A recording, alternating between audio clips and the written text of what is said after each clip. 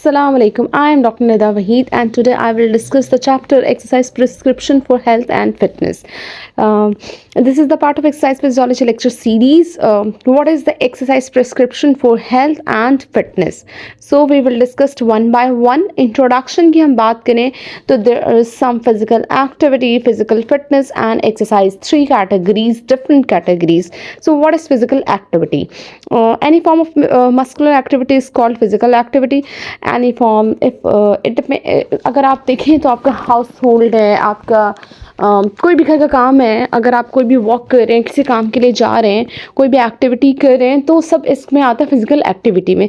Even आप exercise consider कर सकते हैं, it's a part of physical activity. लेकिन अगर हम फिजिकल एक्टिविटी को कंसीडर करें वॉक के अंदर तो वो नहीं है. मोस्टली आपने लोगों से बहुत ज़्यादा सुना होगा, लोग कहते हैं कि हम घर का काम कर लेते हैं, हमारा तो इतनी टफ रूटीन है, हम तो इतनी वॉक कर लेते हैं, हम तो हमारा बहुत ही ज़्यादा फिटनेस, मतलब हम बहुत काम कर लेते हैं, हमारा फिटनेस लेवल या हमारी एक्टिविटी बहुत सारी है, तो हमारी एक्सरसाइज तो हो ही जाती है. But it's not at the part of exercise. Exercise is different. तो किसी भी कोई भी काम, कोई भी एक्टिविटी, कुछ भी करें, it's a part of physical activity.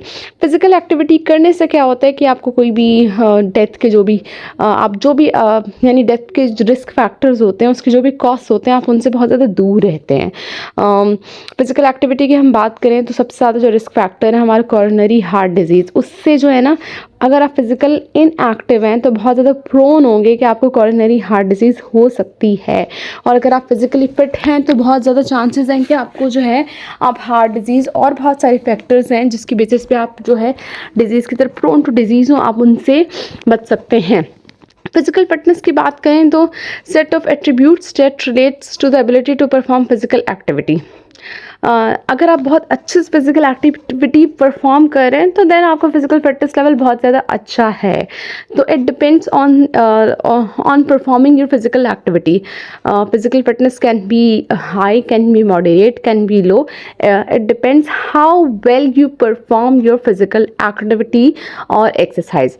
What is exercise? Exercise basically, if you talk about exercise, it's a planned movement जिसमें आपका कोई भी गोल होता है, आप कोई भी गोल के लिए कर रहे होते हैं. आपको या तो फिटनेस लेवल इंप्रूव करना है, या मेंटेन करना है, या आपको स्ट्रेंथ बढ़ानी है, कार्डियो रेस्पिरेटरी फिटनेस पे वर्क करना है. तो आप जब भी एक्सरसाइज कर रहे होते हैं, set of repetition of movement होता है, प्लान्ड होता है, आप टाइम फ्रीक्वेंसी डिसाइड करते हैं और आपको कोई ना कोई गोल होता है. समरी में बस ये लिखा हुआ है जो हमने ऑलरेडी डिस्कस कर लिया है. डोज रिस्पॉन्स रिलेशनशिप, यानी हम बात करें, आप जो भी एक्सरसाइज कर रहे हैं उसका डोज रिस्पॉन्स रिलेशनशिप कितना है, यानी आप क्या करेंगे तो क्या बढ़ेगा.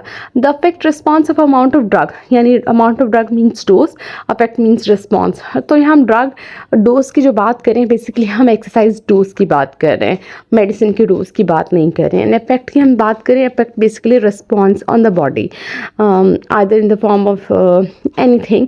हम डिस्कस कर लेते हैं one by one. Potency basically क्या होती है कि आपको जो पोटेंसी बेसिकली क्या है कि कोई भी आप एक्सरसाइज करें, कोई भी फिटनेस लेवल के लिए आप करें, तो कितना इफेक्टिवली जो है वो आपकी बॉडी पे वर्क कर रही होती है, यानी आपको क्या जो रिजल्ट्स चाहिए, जितना आपको जो रिजल्ट्स चाहिए उतना वो अफेक्ट करेगी, उसको हम पोटेंसी कहते हैं. स्लोप की हम बात करें तो slope, how much change in effects comes from a change of dose. अगर आप जो भी डोज चेंज कर रहे हैं, एक्सरसाइज चेंज कर रहे हैं, तो उसकी बेसिस पे जो चेंज आ रहा है, that is called slope. Maximum effect इस पे डिपेंड करता है एफिकेसी पे, कि कितना एफिकेसी हो रही है, कितना नहीं. वेरिएबिलिटी की हम बात करें तो वेरीज कर रहा होता है हर इंसान पे अलग अलग, हर इंसान पे अलग अलग. मतलब अगर हम बात करें तो हो सकता है एक वर्कआउट किसी एक इंसान पे काम कर रहा हो, दूसरा वर्कआउट ना कर रहा हो, या एक इंसान पे सेम रिजल्ट्स आपको अच्छे आ रहे हो, 10 पे आपको सेम आए, लेकिन 11वां बंदा उस पर सेम रिजल्ट्स ना आए, तो इट वेरीज. साइड इफ़ेक्ट्स अगर होते हैं, पहली बात, कोई भी एक्सरसाइज के साइड इफ़ेक्ट्स नहीं होते, और अगर होते हैं तो बहुत ज़्यादा एडवर्स इफेक्ट होते हैं. ठीक है, बहुत ज़्यादा adverse.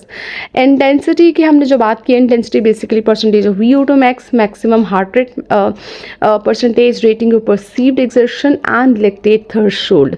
Frequency is number of days per week और number of time per day, यानी हफ्ते में 5 दिन कर रहे हैं या 1 घंटा दिन में कर रहे हैं। तो ये सब क्या है हमारे पास फ्रीक्वेंसी।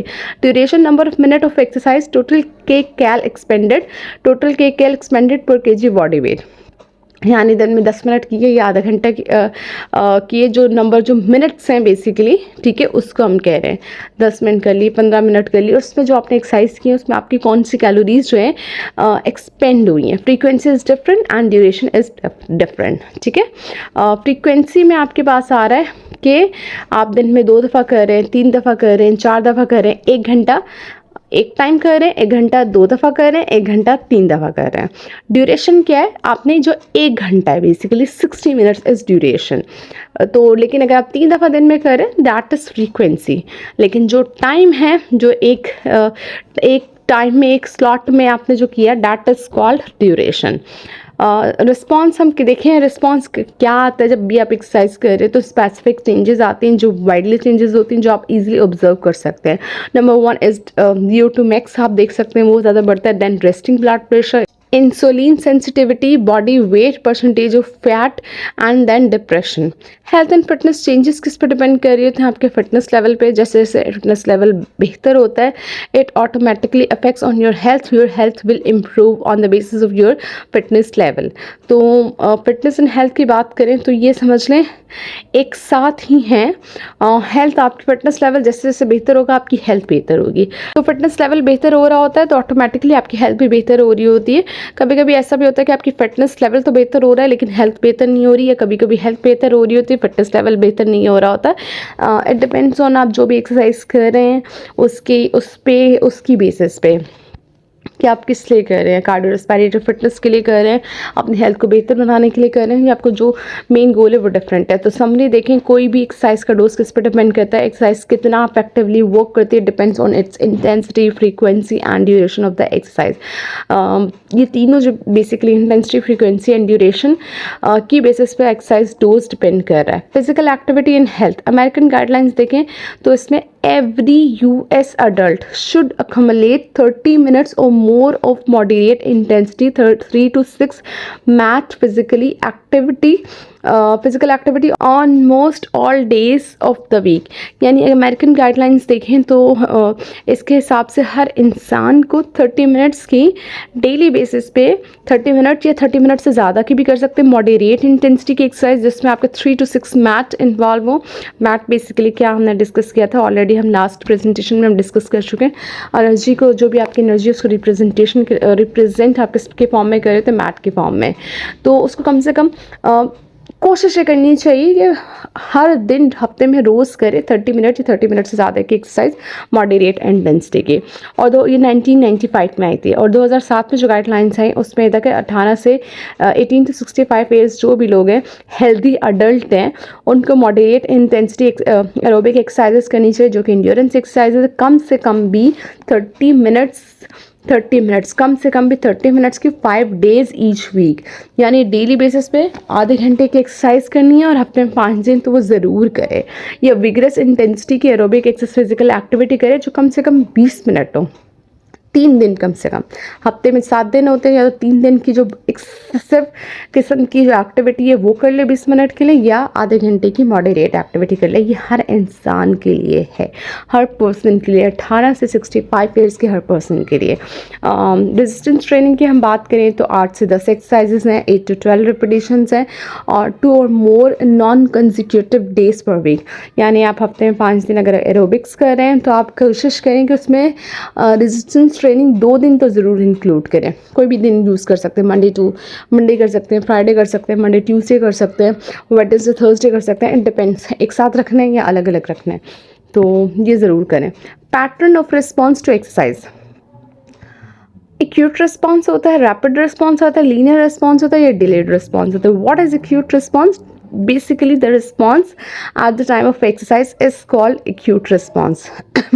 यानी acute response जैसे आपने एक्सरसाइज बूट्स किए उस पर जो बेसिस पे आपको जो फ़ौरन से रिजल्ट आता है that is called acute response. Rapid response as the name shows जो बहुत जल्दी आ रहा है। और एक आप देखते हैं जब भी आप एक्सरसाइज करते हैं तो आपको बहुत जल्दी चेंजेस आना स्टार्ट होते हैं किसी किसी को, और देन उसके बाद प्लेट्यू की फॉर्म में अडाप्ट कर लेता है। Then linear response is basically कि एक चीज आपको जो है जो कंटिन्यूसली विद टाइम क्या हो रहा है वो इम्प्रूव हो रहा है। जो भी आपको रिस्पॉन्स चाहे वो विद टाइम क्या हो रहा है वो इम्प्रूव होता जा रहा है। डिलेड रिस्पॉन्स की बात करें, जो आप अगर आप ट्रेनिंग नहीं कर रहे हैं तो वो वापस से जो आपने ट्रेनिंग के दौरान अचीव किया वो वापस से बैक हो जाएगा। ये चार्ट्स हैं, ये बेसिकली यही बता रहे हैं physical activity and health benefit dose response relationship क्या है।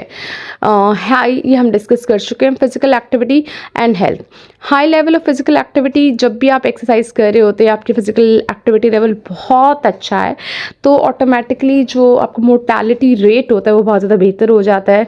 आप बहुत ज़्यादा हार्ट डिजीज़ हो गए या कार्डियोवास्कुलर डिजीज़ हो गई, ओबेसिटी हो गई, टाइप 2 डायबिटीज़ हो गए, तो आप उससे ज़्यादा जो रिस्क होता है आपके बहुत ज़्यादा कम होते हैं। कोलोन कैंसर्स हो गए, ऑस्टियोपोरोसिस हो गए, तो आपके जॉइंट्स की हेल्थ भी बहुत ज़्यादा बेहतर रहती है, आपके जीआईटी की हेल्थ भी बहुत ज़्यादा बेहतर रहती है।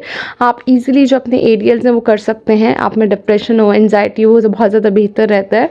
कार्डियोवास्कुलर रिस्क फैक्टर्स जो हैं वो बहुत ज़्यादा बेहतर रहते हैं। तो जितना आप एक फिजिकल एक्टिविटी एंड हेल्थ आपका अच्छा होगा उतना जो है आपके जो डिज़ीज़ की तरफ जो आपके जो चांसेस है वो ऑटोमेटिकली कम से कम होते रहेंगे, हो जाएंगे। As vigorous exercises better than moderate exercises, वो कह रहे हैं कि हाई इंटेंसिटी की एक्सरसाइजेस होती हैं वो बेटर होती हैं या लो इंटेंसिटी की बेहतर होती हैं। तो जो हाई इंटेंसिटी की एक्सरसाइजेस करते हैं तो उनके लिए हार्ट डिजीज़ रिस्क फैक्टर्स होते हैं वो कम हो जाते हैं, और जो है वो ज़्यादा बेनिफिशियल भी देखी गई हैं और जो हार्ट डिजीज़ के रिस्क फैक्टर्स को ऑल्टर करते हुए। लेकिन जब आपको हार्ट डिजीज़ हो जाती है तो बहुत ज़्यादा आपको कहते हैं कि जब भी आप एक्सरसाइजेस कर रहे हैं तो रेजिस्टेंस ट्रेनिंग जो है वो उसकी तरफ ना जाए। रेजिस्टेंस ट्रेनिंग जो है उसकी बजाय एरोबिक एक्सरसाइजेस करें तो वो बहुत ज़्यादा आपके जो है हार्ट की एक्टिविटी को के लेवल को बहुत ज़्यादा बेनिफिशियल रखती है। तो ये हम समरीज को ऑलरेडी डिस्कस कर चुके हैं कि basically journal guidelines for improving fitness. अब हम देख रहे हैं कि फिटनेस को इम्प्रूव करने के लिए हमारे पास जर्नल गाइडलाइंस क्या है।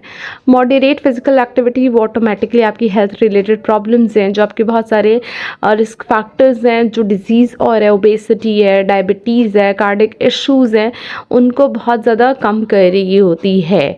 तो risk of cardiac arrest in vigorous active man, जो अगर हम कार्डिक अरेस्ट की बात करें तो जो बहुत ज़्यादा हायर होते हैं, अक्सर लोगों को ना जो बहुत ज़्यादा एक्टिव मैन होते हैं उसमें हमने देखा गया है जब भी वो एक्सरसाइज कर रहे होते हैं उनमें बहुत ज़्यादा हायर हो जाते हैं कार्डिक अरेस्ट के चांसेस। अगर आप बहुत हाई इंटेंसिटी के एक्सरसाइजेस कर रहे हैं तो उनमें कार्डिक अरेस्ट भी बहुत ज़्यादा ऑब्जर्व किया गया है। अगर आप एक्सरसाइज प्लस रेस्ट कर रहे हैं तो ऑटोमेटिकली जो आपके जो रिस्क होते हैं कार्डियक अरेस्ट के वो ऑटोमेटिकली कम हो जाते हैं। तो जब भी आप एक्सरसाइज कर रहे हैं तो इस चीज़ का ध्यान रखें कि आपको ओवरऑल फिटनेस लेवल भी इम्प्रूव करना है, ना कि सिर्फ जिस गोल पे आप बात कर रहे हैं। स्ट्रेंथ ट्रेनिंग बेसिकली अगर आप बहुत ज़्यादा हाई लेवल की कर रहे हैं तो उसमें कार्डियक अरेस्ट आने के बहुत ज़्यादा चांसेस हो सकते हैं। तो इसलिए आप उसको विद गैप विद रेस्ट आप उसको क्या कर सकते हैं, विद कार्डियक एरोबिक एक्सरसाइजेस के थ्रू क्या कर सकते हैं, आप उनको आपको उनको इन्वॉल्व करके कार्डियक अरेस्ट के जो चांसेस उसको कम कर सकते हैं। तो समरी हम देखें जितने भी सेडेंट्री सब्जेक्ट्स होते हैं उनमें जो अगर फिजिकल एक्टिविटी जो है ना करने की बेसिस में बहुत ज़्यादा रिस्क आ जाते हैं, अगर फिजिकल एक्टिविटी करते हैं तो रिस्क ऑटोमेटिकली कम हो जाते हैं हार्ट डिजीज़ के। और जो भी हैवी एक्सरसाइजेस कर रहे हैं तो उसमें क्या है कि रेस्ट प्लस एक्सरसाइज करें।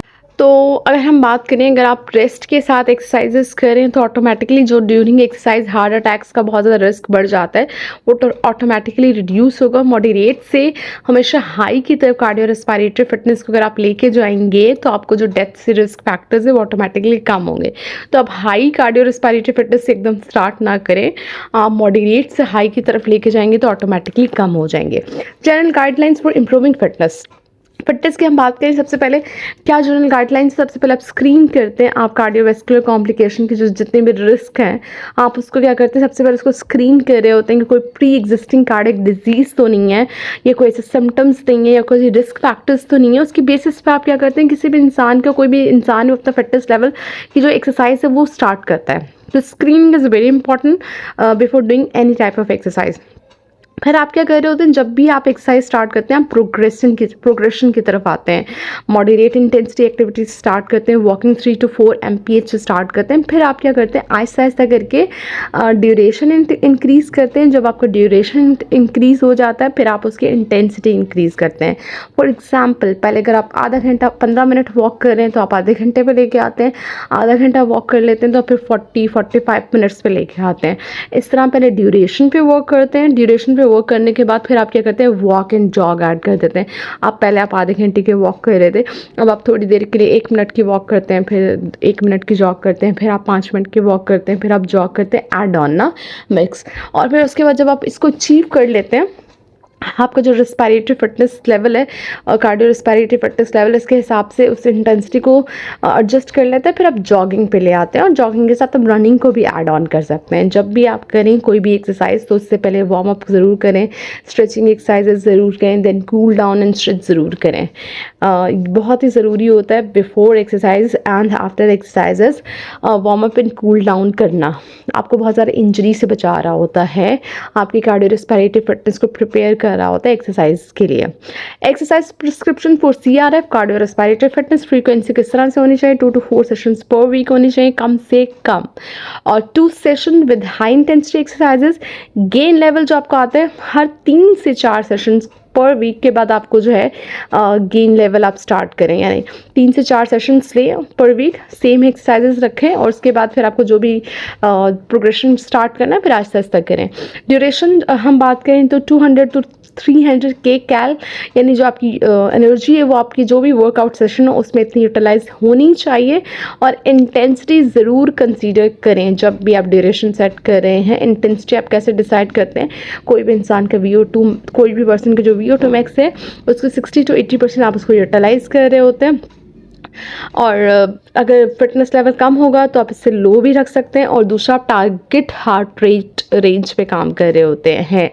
और इसके अलावा आप क्या कर सकते हैं, डायनेमिक लार्ज मसल्स एक्टिविटीज़ को इन्वॉल्व कर सकते हैं। यानी फॉर एग्जांपल आप जो भी एक्सरसाइज करवाएं उसमें डायनेमिक एक्टिविटीज़ जो आपकी लार्ज मसल्स इन्वॉल्व हो, for example walking, jogging, running, swimming, cycling, driving, dance, कुछ भी इस तरह की एक्टिविटीज़ करवा सकते हैं जिसमें आपकी एरोबिक एक्टिविटी भी हो रही हो, आपकी लार्ज मसल्स एक्टिविटी इन्वॉल्वमेंट हो और डायनेमिक मूवमेंट हो। अमेरिकन रिकमेंडेशंस गाइडलाइन जो हैं 3 to 5 sessions per week, 20 to 60 minutes per session. और इंटेंसिटी आपकी कितनी होनी चाहिए, 40 to 50 से 85% VO2 heart rate range 40 to 50 और VO2 मैक्स होना चाहिए 85%। और जो एनर्जी यूटिलाइजेशन है 200 to 300 के कैल पर सेशन होनी चाहिए।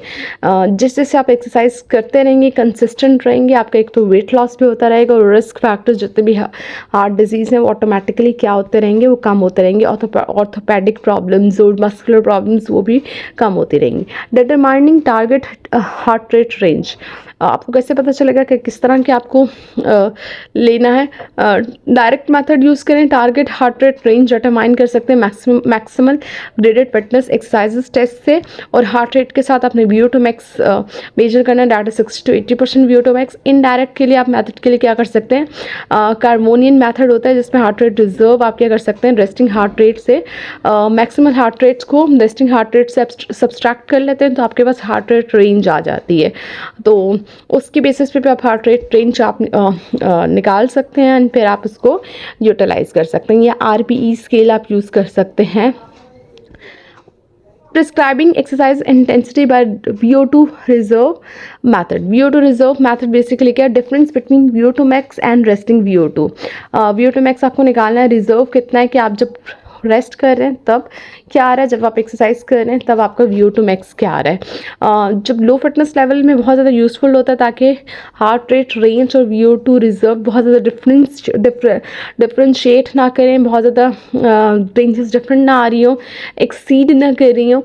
तो उससे क्या होता है, जब आप उस पर काम करेंगे तो आपके लिए बहुत ईजीली रहेगा कि आप जिस भी पर्सन को एक्सरसाइजेस करवा रहे हैं तो आप उसके फिटनेस लेवल उसका लो है तो आप बहुत ज़्यादा उसकी हार्ट रेट रेंज रेंज और VO2 रिजर्व को यूज़ की वैल्यूज़ के ज़रिए आप उसके जो है प्रोग्रेशन स्टार्ट कर सकते हैं।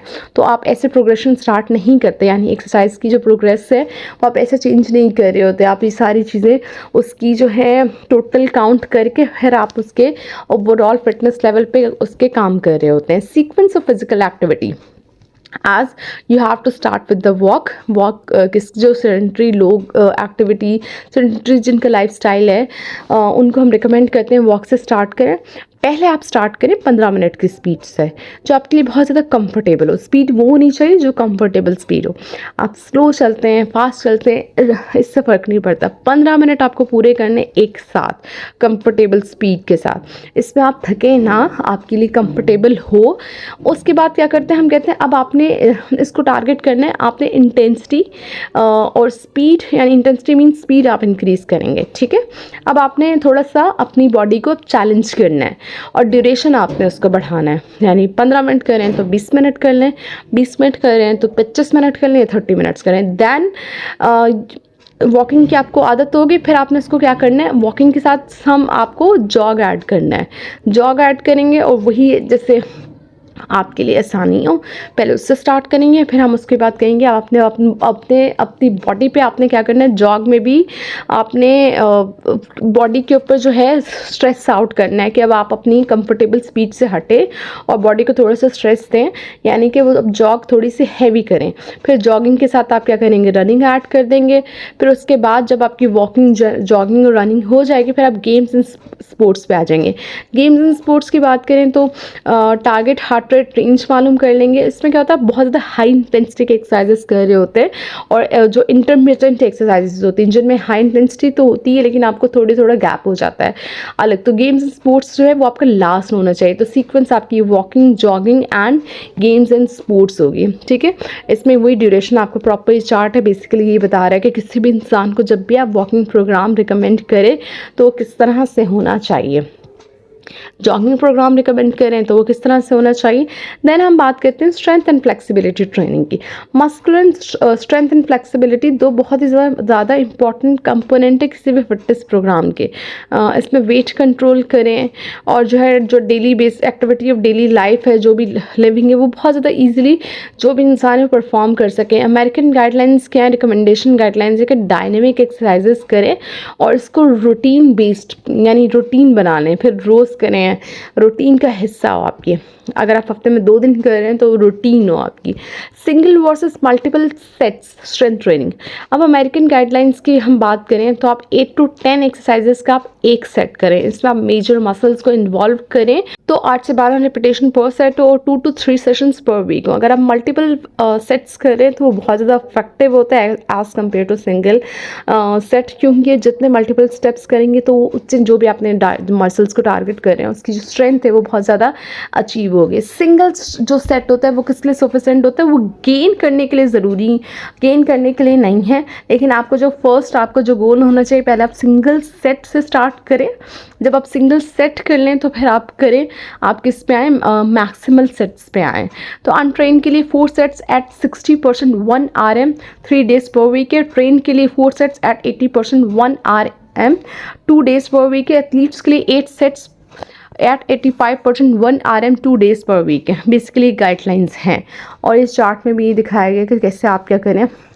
पहले आप लाइफ टाइम फिजिकल एक्टिविटी है, फिर एरोबिक है, एक्टिव स्पोर्ट्स है, फिर एक्सरसाइज फॉर फ्लेक्सिबिलिटी है, फिर एक्सरसाइज की हम बात करें स्ट्रेंथ एंड मस्कुलर एंड्योरेंस के लिए, ठीक है। लेवल आपके जो हैं इस तरह क्या कर रहे हैं, पिरामिड में आपके फिजिकल एक्टिविटी के लेवल्स दिखाए गए हैं।